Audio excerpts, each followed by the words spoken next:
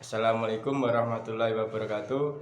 Alhamdulillah rabbil alamin wa bihi nasta'inu ala umuri dunya waddin. Asyhadu an la ilaha illallah wa asyhadu anna Muhammadan abduhu wa rasuluhu amma ba'du. Puji syukur kehadirat Allah Subhanahu wa taala yang telah memberikan rahmat dan hidayahnya kepada kita semua, sehingga di kesempatan kali ini kita bisa beraktivitas seperti biasanya. Sholawat serta salam kita haturkan kepada Nabi besar kita Nabi Muhammad SAW yang kita nantikan syafaatnya di yaumul akhir. Yang terhormat Bapak Haq Muhammad Hamka Habibi selaku dosen pengampu mata kuliah Ilmu Ekonomi dan Perbankan di kelas 4G ini. Di kesempatan kali ini saya akan menyelesaikan tugas ujian akhir semester mata kuliah Ilmu Ekonomi dan Perbankan dengan judul Kebijakan Fiskal dan Moneter. Baik, materi yang pertama yaitu pengertian fiskal dan moneter. Yang pertama, kebijakan fiskal adalah kebijakan yang dilakukan oleh pemerintah melalui instrumen kebijakan fiskal, seperti pengaturan pengeluaran negara maupun pendapatan negara yang ditujukan untuk mempengaruhi tingkat permintaan agregat di dalam perekonomian. Yang kedua, kebijakan moneter. Kebijakan moneter adalah suatu kebijakan dari otoritas moneter dalam bentuk pengendalian agregat moneter untuk mencapai perkembangan kegiatan perekonomian yang dicita-citakan. Baik, materi yang selanjutnya adalah tujuan fiskal dan moneter. Tujuan utama kebijakan fiskal adalah kesejahteraan masyarakat, pertumbuhan ekonomi dan pembangunan. Jika dirinci, berikut adalah tujuan kebijakan fiskal. Yang pertama, meratakan kesejahteraan masyarakat. Hal ini dapat dilihat dalam penarikan pajak. Contohnya, pada kasus orang kaya yang diberi pajak yang lebih tinggi. Yang kedua, mendorong pertumbuhan ekonomi. Pemerintah bisa memacu pertumbuhan bisnis dengan memberi potongan pajak pada usaha kecil. Hal ini yang bisa dilakukan adalah memberi subsidi pada UKM agar makin banyak lapangan kerja yang tumbuh. Yang selanjutnya, tujuan moneter. Yang pertama, mencapai keseimbangan internal, pertumbuhan ekonomi yang tinggi, stabilitas harga, pemerataan pembangunan. Yang kedua, mencapai keseimbangan eksternal atau keseimbangan neraca pembayaran. Yang terakhir, tercapainya hukum ekonomi makro.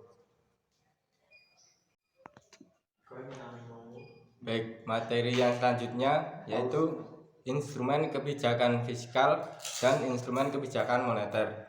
Yang pertama, instrumen kebijakan moneter yaitu antara lain operasi pasar terbuka atau open market operation. Operasi pasar terbuka adalah cara mengendalikan uang yang beredar dengan menjual atau membeli surat berharga pemerintah atau government securities. Yang kedua, fiskal diskonto atau discount rate. Fasilitas diskonto adalah pengaturan jumlah uang yang beredar dengan mengatur tingkat bunga bank sentral pada bank umum. Yang terakhir, bank cadangan wajib atau reserve recruitment ratio. Rasio cadangan wajib adalah mengatur jumlah uang yang beredar dengan mengatur jumlah dana yang menambah jumlah uang. Yang selanjutnya yaitu instrumen kebijakan fiskal dalam Islam. Yang pertama, melakukan bisnis. Pemerintah dapat melakukan bisnis seperti perusahaan lainnya, misalnya dengan mendirikan badan usaha milik negara atau BUMN. Seperti halnya perusahaan lain, dari perusahaan negara ini diharapkan memberikan keuntungan yang dapat digunakan sebagai salah satu sumber pendapatan negara. Yang kedua, pajak penghimpunan dana yang umum dilakukan adalah dengan cara menarik pajak dari masyarakat. Pajak dikenakan dalam berbagai bentuk seperti pajak pendapatan, pajak penjualan, pajak bumi, dan pajak bangunan. Pajak yang dikenakan kepada masyarakat tidak dibedakan terhadap bentuk usaha sehingga dapat menimbulkan ketidakstabilan. Yang terakhir, menjamin uang pemerintah dapat meminjam uang dari masyarakat atau sumber-sumber yang lainnya dengan syarat harus dikembalikan di kemudian harinya. Baik, untuk melanjutkan materi yang terakhir yaitu tentang kebijakan fiskal dari masa ke masa. Yang pertama yaitu fiskal pada era Rasulullah SAW. Pada masa Rasulullah SAW, ekonomi Islam sangat tidak memperbolehkan praktek riba atau bunga secara permanen. Rasulullah juga melarang adanya kegiatan penimbunan barang. Maka dari itu, peran pemerintah saat itu dan Rasulullah SAW sebagai pemimpin terlihat dalam hal bentuk pengaturan distribusi kekayaan pada masa itu. Yang kedua, fiskal pada era Khulafaur Rasyidin. Kebijakan fiskal pada masa ini yaitu yang pertama pada masa Abu Bakar radhiyallahu anhu, dalam kebijakan pemerintahnya yaitu salah satunya kebijakan fiskal mengoptimalkan sistem pengelolaan zakat yang lebih profesional, pengakurasian perhitungan sehingga dapat menghasilkan pendapatan yang maksimal. Yang kedua, pada masa Umar bin Khattab radhiyallahu anhu menjadikan Baitul Mal sebagai pusat pemasukan negara. Lalu kemudian kebijakan fiskal digunakan untuk mengatur proses distribusi pembelian terhadap keperluan militer.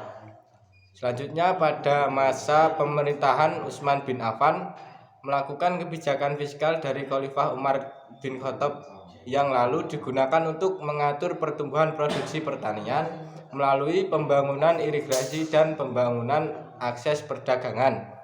Untuk khalifah yang terakhir yaitu Ali bin Abi Thalib radhiyallahu anhu menggunakan kebijakan fiskal dalam mengatur penguatan sektor agraris yang dapat melalui pengurangan kharaj serta melakukan regulasi perdagangan. Yang ketiga yaitu fiskal era Bani Umayyah, masa Bani Umayyah. Kebijakan tidak hanya kebijakan fiskal dalam hal penentuan mata uang, tetapi juga mengharuskan melakukan pembekuan sistem administrasi.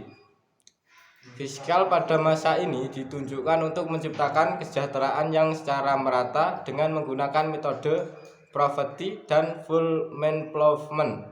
Hal ini bertujuan untuk menghindari moral hazard.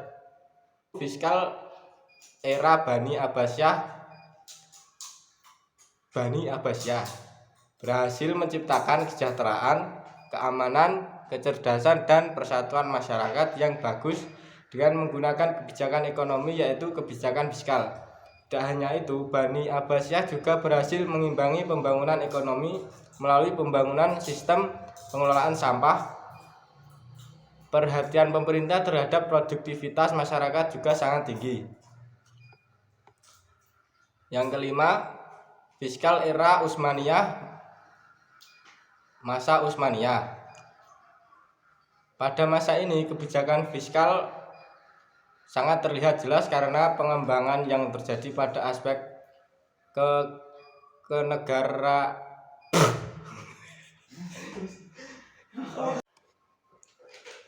Yang selanjutnya, fiskal era Utsmaniyah, masa Utsmaniyah.